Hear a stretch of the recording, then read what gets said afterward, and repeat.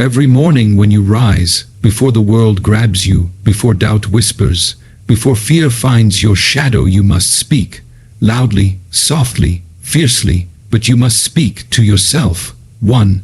I am not my past. Yesterday may have bruised me, but it will not define me.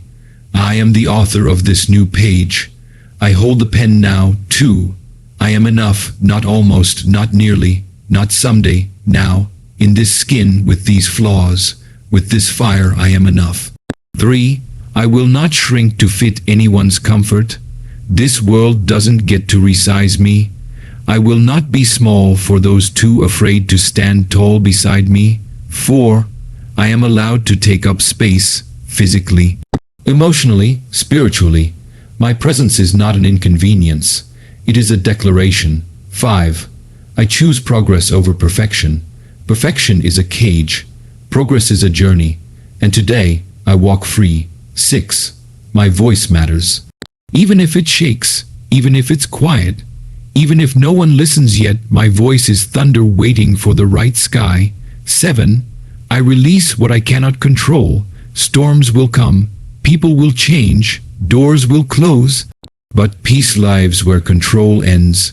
8. I will honor my boundaries. No is not a weakness.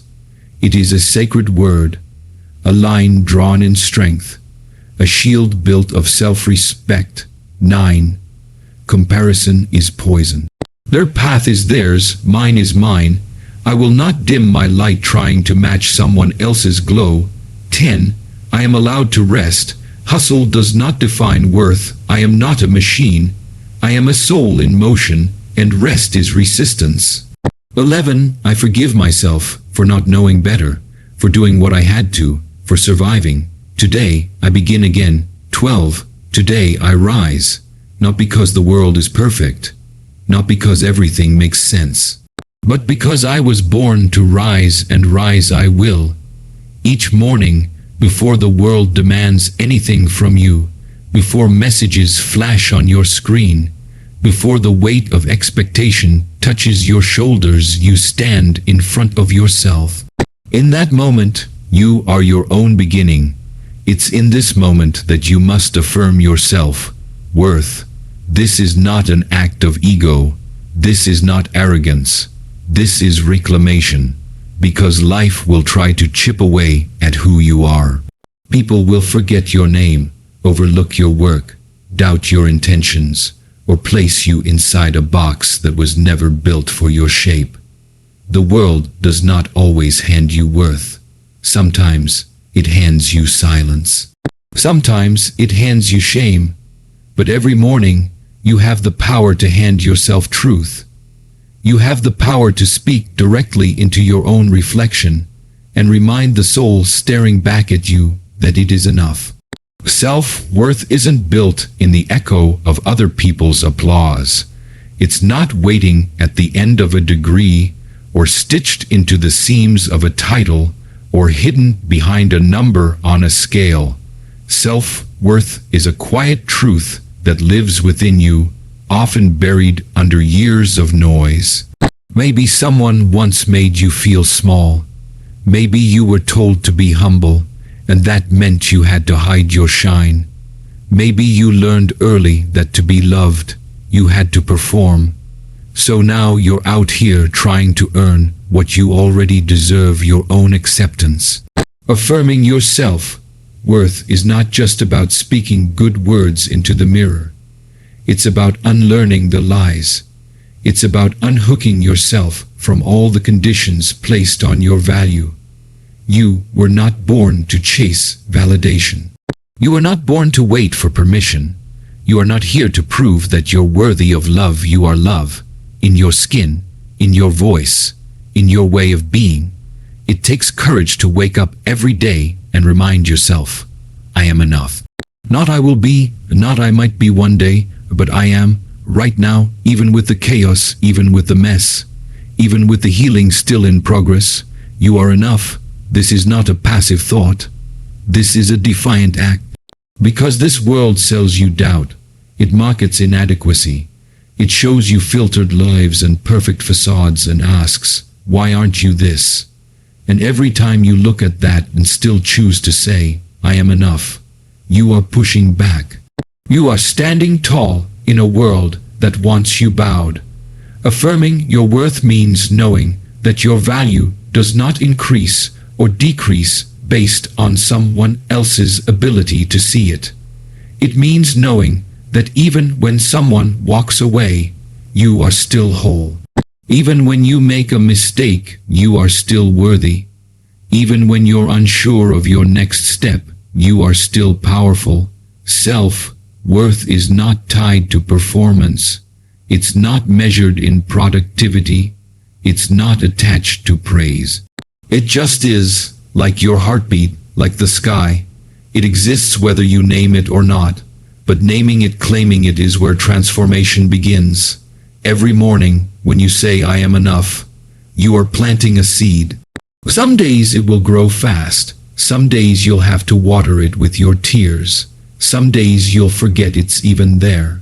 But over time, something shifts. You start showing up differently. You speak with more certainty. You walk into rooms without needing to shrink. You make decisions that honor your peace. You stop chasing people who only feed your doubt. You become your own compass. Affirming yourself worth also means owning your story, all of it. Not just the highlights, not just the polished parts. You are not only worthy when you succeed. You are not only lovable when you're strong. Your story includes failure, fear, trauma, confusion, resilience, joy, and grit. And all of it is valid. All of it deserves space. You don't need to edit yourself to be acceptable. You don't need to erase chapters to be respected. The full truth of you is beautiful. When you affirm your worth, you start to speak differently to yourself. That inner voice, the one that used to criticize and compare, begins to soften. You start to notice when you're being too hard on yourself. You pause before spiraling. You begin to replace I can't with I'm learning. You begin to say that was hard instead of I'm weak.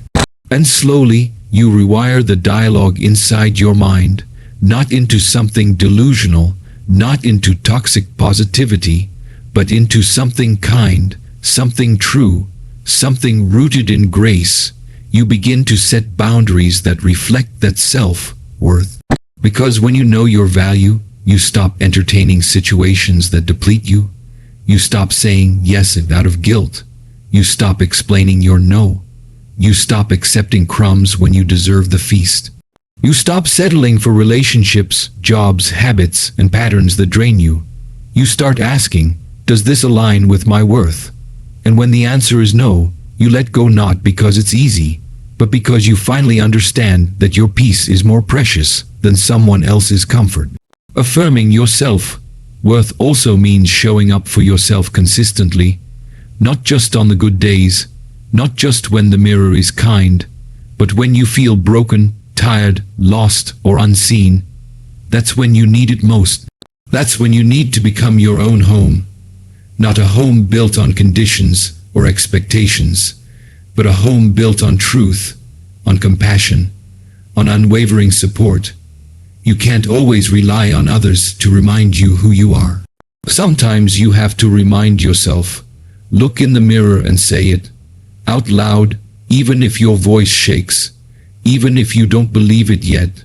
Say it anyway. I am enough. I am worthy. I matter. Because repetition becomes belief. And belief becomes identity. And identity becomes how you move in the world. When you affirm your worth, you also give others permission to do the same. You model what it looks like to walk with dignity, to hold space for both power and vulnerability, to speak kindly to yourself without apology. You teach the people around you how to treat you and how to treat themselves. Your self-worth becomes contagious. But remember, affirming your worth is not a destination. It's a daily decision. Some days will be harder. Some mornings you'll feel the pull of old patterns, the weight of doubt, the echo of every voice that ever told you you weren't enough. And that's okay. Those voices may visit, but they don't get to stay. Your new voice, the one that knows your worth, gets to speak louder. So before the day begins, before the noise returns, before anything or anyone tells you who you are, you speak. Into the silence, into your own soul. I am enough, and not because of what I do, or who approves, or what happens today, but because I am, and that is always enough. Every day you wake up, there's a wave waiting. A wave of things you cannot control. A wave of expectations, people's moods, delayed responses, broken plans, chaotic news, and 100 silent comparisons staring back at you from your screen. The temptation is to grab onto everything, to hold it all, fix it all, manage it all. You tell yourself, if I just do more, be more, think faster, move smarter, they'll stay, things will work out, I'll finally be okay. But the truth sits quietly under all that noise. It whispers, you are not here to carry what doesn't belong to you. You must release what you cannot control. Not because it's weak to let go, but because it is wisdom. Because it is liberation. Because it is the only way to breathe freely in a world that often feels like a storm wrapped in skin. There are things in life that no amount of effort will shift. You cannot control how someone sees you. You cannot control the timing of your breakthrough. You cannot control whether others heal, grow, apologize, or choose peace. What you can control, what is yours entirely, is how you show up. What you feed yourself, what you believe, what you release. Some people spend their whole lives trying to manage every outcome. They obsess over every detail, trying to make sure nothing goes wrong. But perfection is not protection. It is a prison. The idea that if you do everything right, you'll never be disappointed is a lie. Life doesn't move on that kind of logic. Sometimes you'll pour everything into something, and it still won't work out. Sometimes you'll give your best and get silence. Sometimes you'll love someone and they'll walk away. Sometimes you'll do everything by the book and the chapter will still end. When you release control, you don't stop caring. You stop clinging. You stop holding your breath, waiting for the world to meet you in ways it was never designed to. You stop tying your peace to outcomes. You stop measuring your worth by how smoothly things go. You understand that control is often just fear wearing a mask, fear that if you let go, everything will fall apart. But maybe falling apart is where the light finally breaks through. It's not easy to surrender, especially when you were taught that strength means having a grip on everything. But there is a different kind of strength. One that lives in the open palm. One that trusts the process, even when the map is unclear. One that understands the difference between being responsible for something and being responsible to something. You are not responsible for other people's emotions, reactions, decisions, or healing. You are responsible to show up with integrity, kindness, and boundaries. The rest is not yours to manage. The moment you start letting go of what you can't control, space opens, mental space, emotional space, space to feel your own feelings instead of carrying someone else's. Space to hear your own voice again. Space to be present in the moment, instead of trapped in hypotheticals and what-ifs. You begin to breathe deeper, because anxiety often lives in the attempt to control what cannot be predicted. Peace doesn't always come from things going well. It often comes from realizing you don't have to hold it all. Comparison is one of the heaviest forms of control. You look at someone else's life, their timeline, their highlight reel, and you start editing your own worth. You think, why am I not there yet? Why don't I have that? Why didn't I get chosen? And so you start adjusting yourself to fit someone else's path, someone else's success. But their life is not your blueprint. Their shine is not your shadow.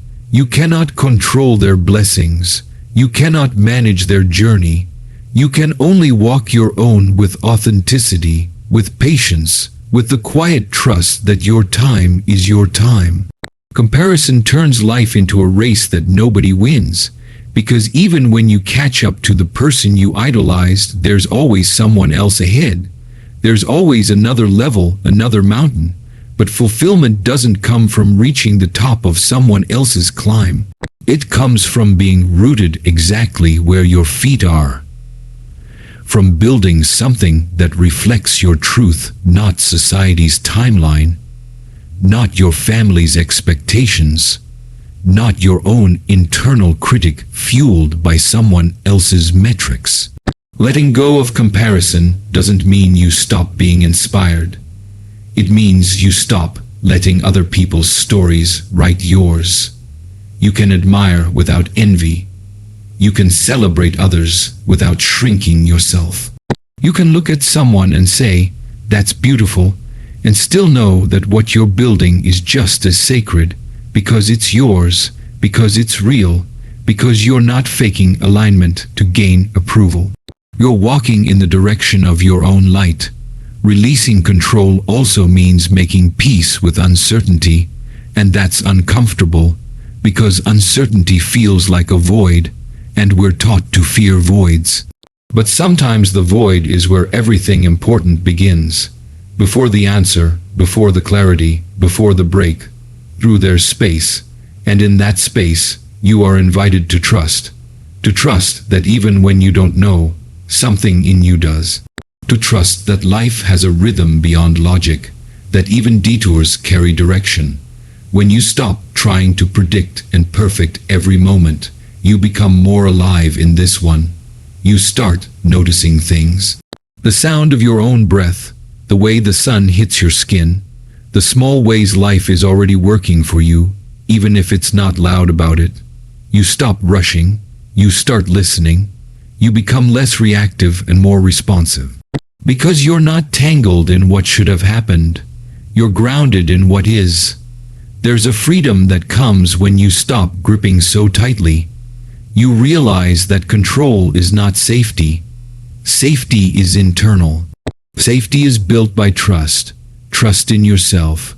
Trust in your ability to adapt. Trust that even if things fall apart, you will rise. You've done it before. Maybe 1,000 times.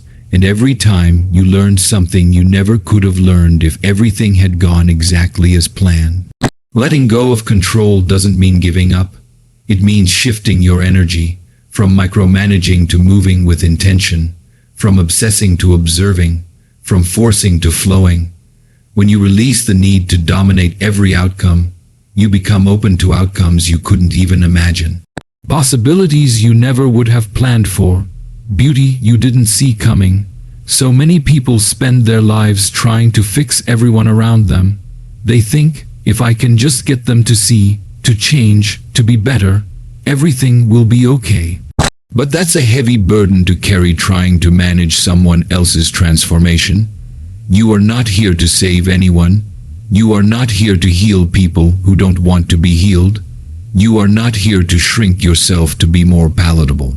You are here to be fully you, to live fully free, to let go of what is not yours and take full responsibility for what is.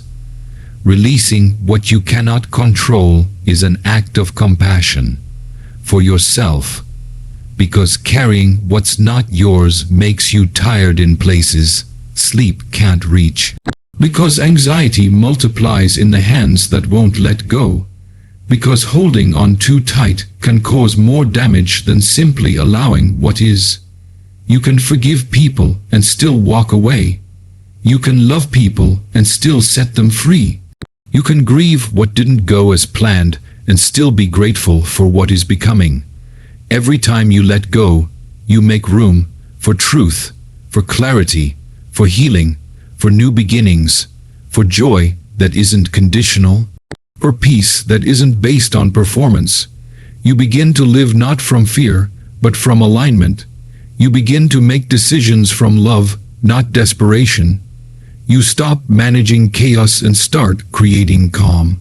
This is not a one-time thing, it is a daily practice, a breath by breath decision to release, to unclench, to trust, to say, "This is not mine to carry," and gently lay it down. You will have to do it over and over. Some days it will be easy. Some days it will be the hardest thing you do. But with each release, you return to yourself. And in that return, you find power. Not power over the world, but power within. There is a voice inside you, quiet but steady, that has always known when enough is enough. It speaks in the pause before you say yes out of guilt. It echoes in your chest when you're tired but still pushing past your breaking point. It rises in the silence when everyone else's needs have been met, and you're the only one left empty. That voice is not weakness. It is not selfishness. It is your boundary, and your boundary is a sacred act of self-respect. You are not here to be everything for everyone. You are not here to be the version of yourself that others prefer, while your own needs die quietly in the background. You are here to live whole, to live well, to live free, and you cannot do that if you abandon yourself in the name of being liked, accepted, or applauded. To set boundaries is to honor yourself, worth in action. It's easy to speak about valuing yourself, but living it requires choosing discomfort over people pleasing. It requires saying no, not because you don't care, but because you finally do about your own peace, your own time, your own energy. Boundaries are not walls that shut people out. They are doors that decide what comes in and what must stay out. They are not punishments, they are clarity. Boundaries don't say, "I hate you." They say, "I love myself." Some people will not understand your boundaries, especially if they benefited from your lack of them. They may call you cold, difficult, ungrateful. They may twist your no into betrayal, your silence into rudeness, but their discomfort is not your responsibility. You are not responsible for someone else's interpretation of your truth.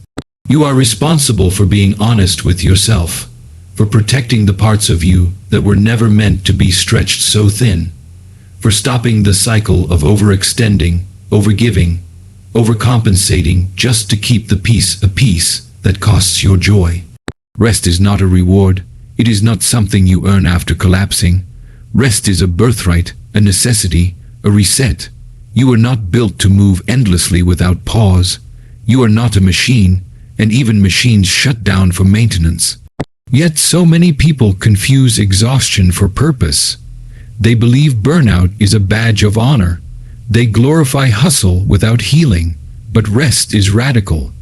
It is refusal in a world that values grind over growth. It is restoration in a culture addicted to speed. It is resistance in a system that measures your worth by your productivity. When you give yourself permission to rest, you begin to repair more than just your body. You repair your spirit. You begin to listen inward. You begin to meet yourself not in performance, but in presence. You don't have to prove your value by running yourself into the ground. You don't have to exhaust yourself to be seen as dedicated. The most powerful thing you can sometimes do is stop, breathe, step away, and trust that things will not fall apart just because you're no longer holding them up. We are taught to be available at all times, to respond instantly, to say yes quickly, to always be reachable, but constant availability is not a virtue. It is a slow leak of energy. It drains you before you realize what's gone. Just because someone asks doesn't mean you must give. Just because you can doesn't mean you should. You must ask yourself, what does this cost me? Every time you are about to say yes. Because every yes to them is a no to something else, sometimes to your health, your peace, your passion, or your time with yourself. You are allowed to rest without explanation. You are allowed to have days where you do nothing and feel no guilt. You are allowed to walk away from what drains you. You are allowed to not attend, not respond, not fix, not engage. You are allowed to be unavailable to chaos. You are allowed to choose stillness. Stillness is not laziness. It is power gathered in silence. It is clarity preparing to move. It is where wisdom lives when the noise fades. When you set boundaries and rest, you begin to remember who you are outside of what you give. You start to reclaim your identity from being just a provider, a caretaker, a peacekeeper. You are not only what you do for others. You are not only the roles you've played. You are allowed to exist fully for yourself, to do things that bring you joy, not just those that serve a function, to explore parts of you that were buried under obligation, to create, to wander, to be. Many people fear setting boundaries because they worry about being alone. They fear that if they stop overgiving, they'll lose connection. But real connection is not built on sacrifice. It is not built on suppression. It is built on mutual respect, shared presence, emotional honesty. If your boundaries cost you a relationship, it was never connection, it was control. Love doesn't require you to bleed to be valid. Respect doesn't demand you stay silent to keep it. The right people will honor your boundaries. They will see your no and understand it comes from a place of wholeness, not rejection. When you begin to live with boundaries and rest, your entire life starts to shift. You become more discerning. You begin to ask better questions. Does this align with my values? Is this something I want or something I'm doing out of fear? Am I agreeing because I truly want to, or because I'm afraid of what they'll think if I say no? You start responding instead of reacting. You make decisions that are rooted, not rushed. You learn the power of the pause, the sacred moment where you check in with yourself before you commit to anything or anyone. There is strength in saying, "This is enough." There is wisdom in knowing where you end and the world begins. There is beauty in choosing rest over burnout, clarity over chaos, truth over pleasing. You don't owe anyone a version of yourself that costs your peace. You don't need to be everything, everywhere, for everyone. You only need to be deeply aligned with yourself. That alignment will guide you to the right people, the right paths, the right pace. Every time you set a boundary, you declare that your needs are valid, that your time is valuable, that your energy is precious, that you are not here to live by default, but by design. And every time you rest, you remind yourself that your worth is not tied to your output, that you are allowed to be a human being, not just a human doing, that you do not have to chase rest at the edge of collapse. You can claim it now as a part of your rhythm. Rest and boundaries are acts of self-parenting, of showing up for the younger you who didn't know how to say no, for the past version of you who thought love meant sacrifice, for the part of you that was taught to perform to be seen. You are not that version anymore. You are allowed to write a new narrative, one where your needs matter, one where your voice is heard, one where your body is cared for, one where your soul is nourished. There will be people who don't like the new you.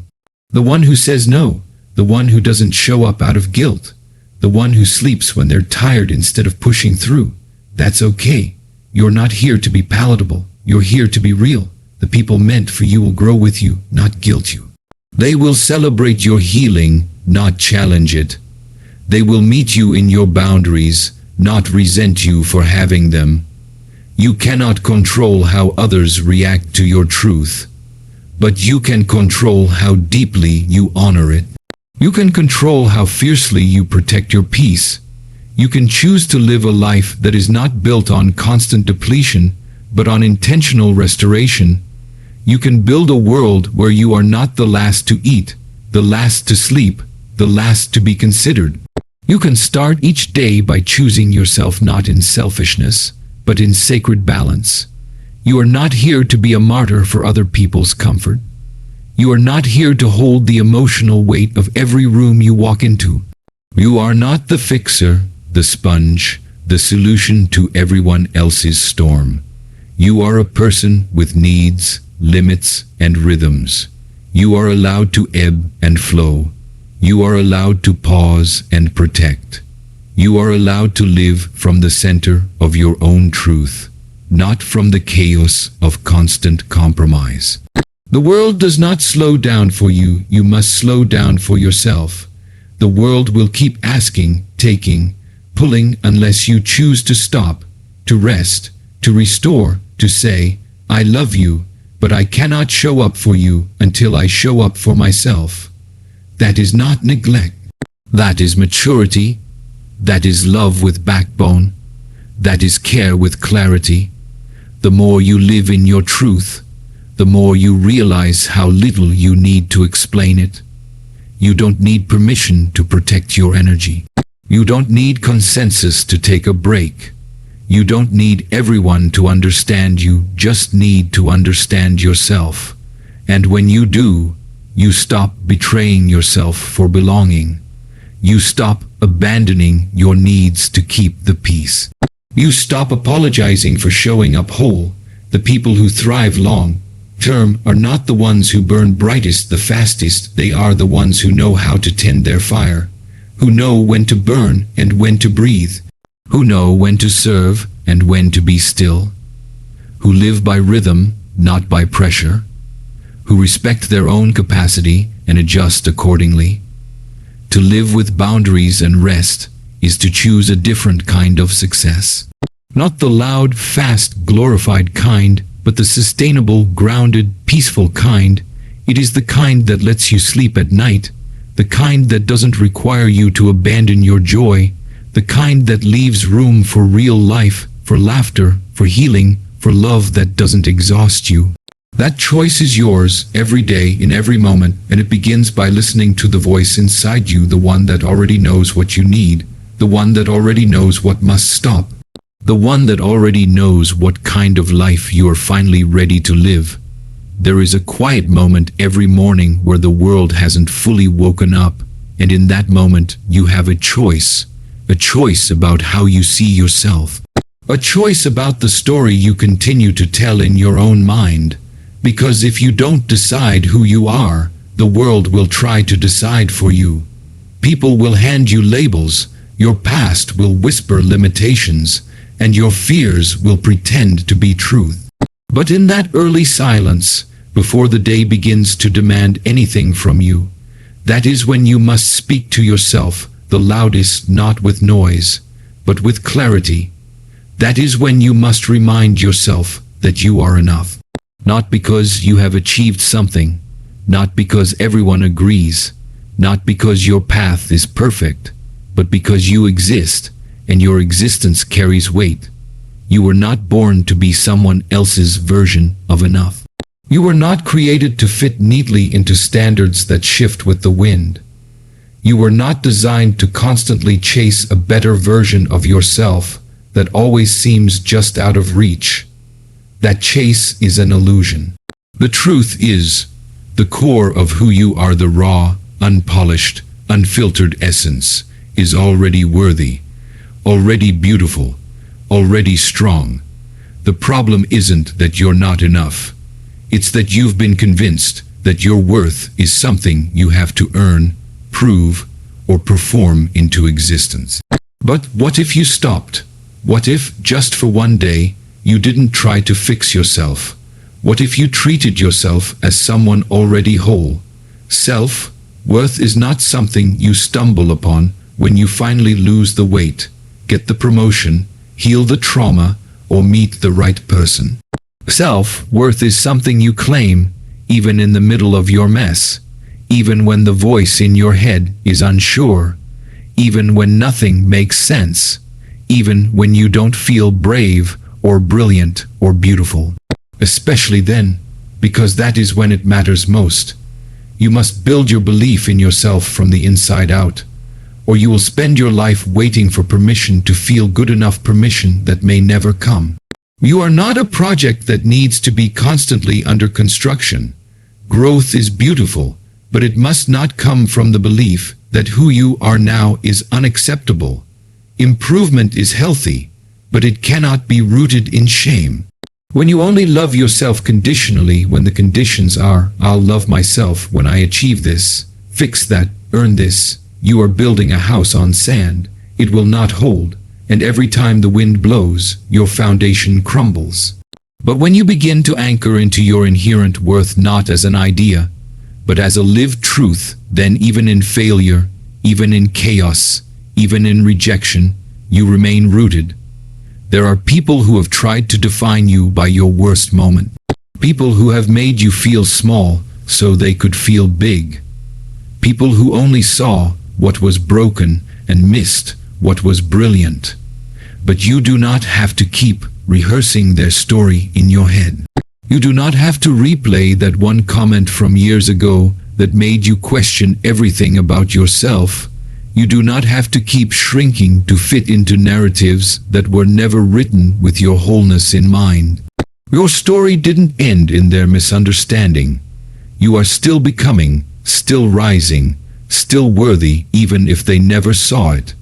You cannot expect yourself to feel worthy while constantly surrounding yourself with messages and environments that treat you like you are not. You must become fiercely protective of your inner dialogue, because what you say to yourself shapes everything. If you wake up every morning and the first thing you do is pick yourself apart, criticize your reflection, measure yourself against someone else's highlight reel, you are laying the foundation of your day on self-rejection.